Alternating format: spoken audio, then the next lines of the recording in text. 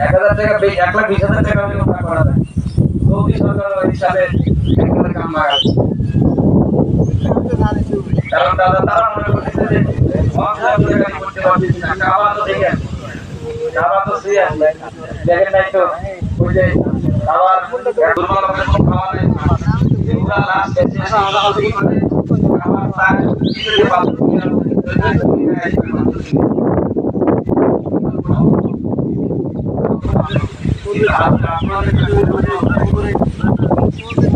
যেমন সম্পর্কে সম্ভব না, হজ আর্থিক ইবাদত দুর্বল লোকের জন্য হজ না। আমি যে কত লাস্টে যে কোনটা গেছিলাম, আমার সাথে হলো রূপ দেওয়া মানুষ বেশি, যদি রূপ দেওয়া মানুষ ওরা সবসময় রূপ থাকে, পিঠ বেঁকা হয়ে গেছে, ওরা রূপতি আছে সবসময়, স্বামী দুইজনে রূপ। সেই মানুষ গেছে হলে যাওয়ার পরে সাই তো প্রথম সওয়াব করা লাগে, অঙ্কায় বাবা আমি এটা পারলে তাই চলে যাবে না, টাকা খরচ করে দুজন চলে পারে, একেবারে অবস্থা খুব খারাপ, টাকা খরচ করে তুই কোথায় গেছিস, যাওয়ার পরে কথা বুঝতে পারছো,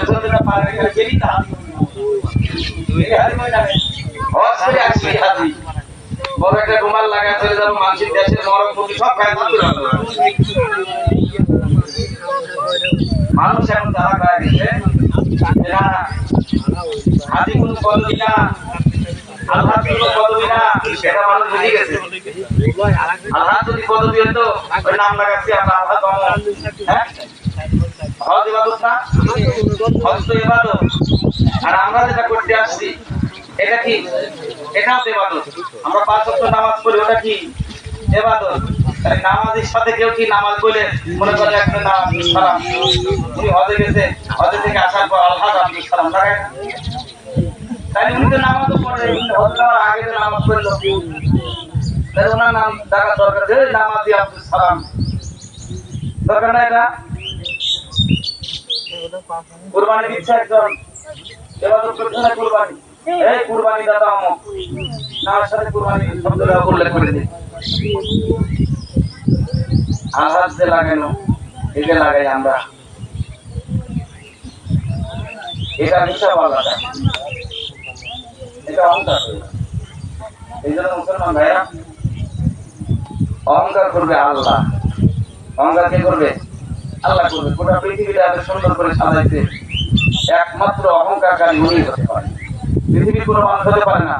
কারণ আমরা মুখোপেক্ষী, আল্লাহ কার মুখোপেক্ষী নয়, তিনি মুখোপেক্ষী নয়,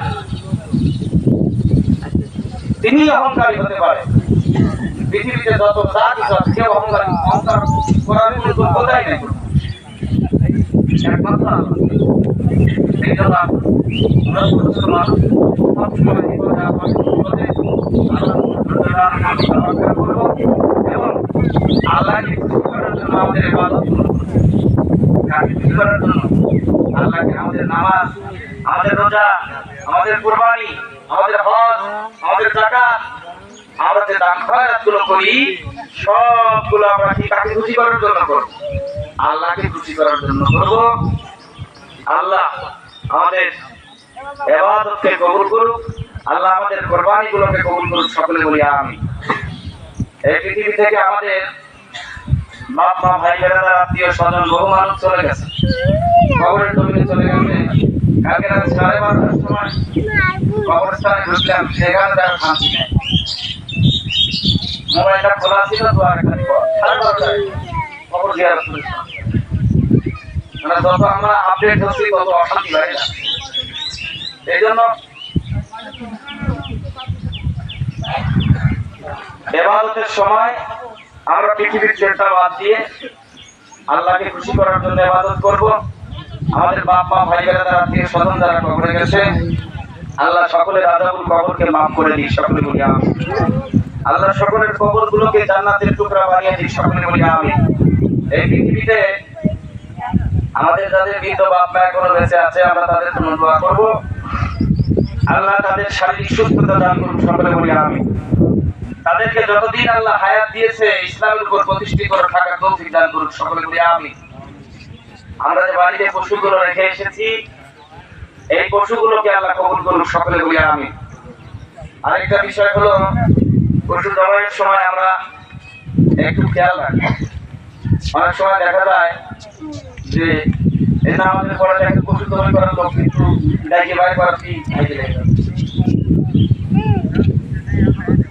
জবাই করার সময় আমি যখন প্রথম ইমামতি করেছি তার সপ্তাহ পয়সা ৬-৭ জন মাত্র কাজে বিশ্বাসী না, মানে মুখের বলতে বিশ্বাস। আমি বললাম যে দড়ি দিয়ে বাইরে না, বলছে না এইটুকু গরু আমার বাধা নাই। ৭-৮ জন মানুষ আছে একেবারে ছুরি চালাইছি, কেবলই চামড়া কাটিছে, একটা ঝাঁকি দিয়েছে, সব ছাড়ি দিত। আমি একটা বিপদ আছে না নাই? ওই অবস্থায় যদি ছাড়িয়ে দিই তাহলে কি হবে? আরো বিপদ। ওই অবস্থায় হাঁটুটা একেবারে গন্ডার সাথে বাইরে জমি করা।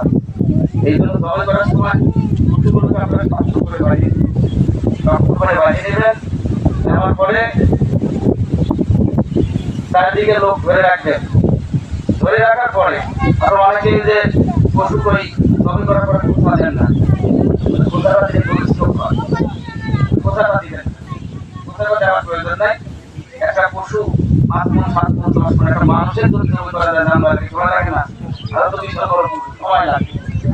আমরা একটু ধৈর্য ধারণ করে পশুটা জবাই করবো, ভালো করে জবাই করবো, যেহেতু আল্লাহ নামে উৎসর্গ করতেছি। আর জবাই করার পরে গোস্ত বন্টন গুলো আমরা সঠিক ভাবে বন্টন করি। মনে করেন সমাজে আমাদের তো নিয়ম, সমাজে কয়বার দেন? একবার। সমাজে কয়বার দেন? একবার। সমাজ থেকে আমার নেন না তো। ওই যে দরিনাদিপুরের একজন বলে যে হুজুর একটা মাছটা কর কি কুরবানির ভাগ কেন মাছটা যে ৩ ভাগ আমরা করি। এটা আমাদের দেশের আলেমুলামারা মতে গেছে যে এইভাবে দিলে কোনো পাপ হবে না, কিন্তু কোরআনের বিধান যেভাবে দেওয়া, কোরআনের বিধান এভাবে দেওয়া। উনি বলতেছেন একবার সমাজে দিয়ে আসি, আবার পরে যায় আবার নিয়ে আসি। বাড়ির অংশ আছে না ইমামের বেশি। আমি বললাম যে আপনি বড় লোক পরিচয় দিয়েছেন কুরবানি দাতা, আপনি ধনী মানুষ, ধনী দেখা আপনি ধনী কুরবানি দিচ্ছেন, আবার আপনি মিসকিনের কাতারে জায়গা দিচ্ছেন, আপনি ধনীও শাস্তি দেন আবার গরিবও শাস্তি দেন, একদিন 2 পাঠ দিলেন। আল্লাহ বোঝে না জিরালি, আল্লাহ জিরালি বোঝে। তো এই জন্য সমাজের যে অংশটা ওটা রেখে আসবেন। রেখে আসার পরে আপনার বিরক্ত নিয়ে আসবেন, ওর ভিতরে আপনি দেখে ওর ভিতরে আবার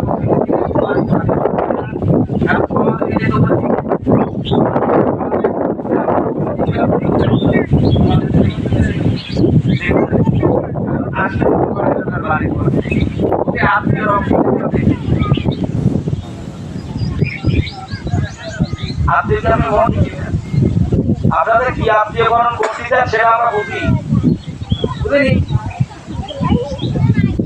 যদি কোন কুরবানি দাতা সঠিকভাবে কুরবানি গোশত বন্টন করে, ওর 2 মণ গোশত হলেও আমার মনে হয় 1.5 দিতে থাকে, যেভাবে মানটা 1.5 দিতে আল্লাহ তো দিদি 1.5 দিন থাক, তার হাতে থাকুক, একবার তো খায়া শেষ করে দিতে হবে। আর কি লাগে কারণ বাবা আমার না খেলে আমার আল্লাহ খুশি হলেই হলো। আমার কুরবানি আল্লাহ করবো, সকলে বলি আমিন। ওয়া আখিরু দাওয়ানা আলহামদুলিল্লাহ।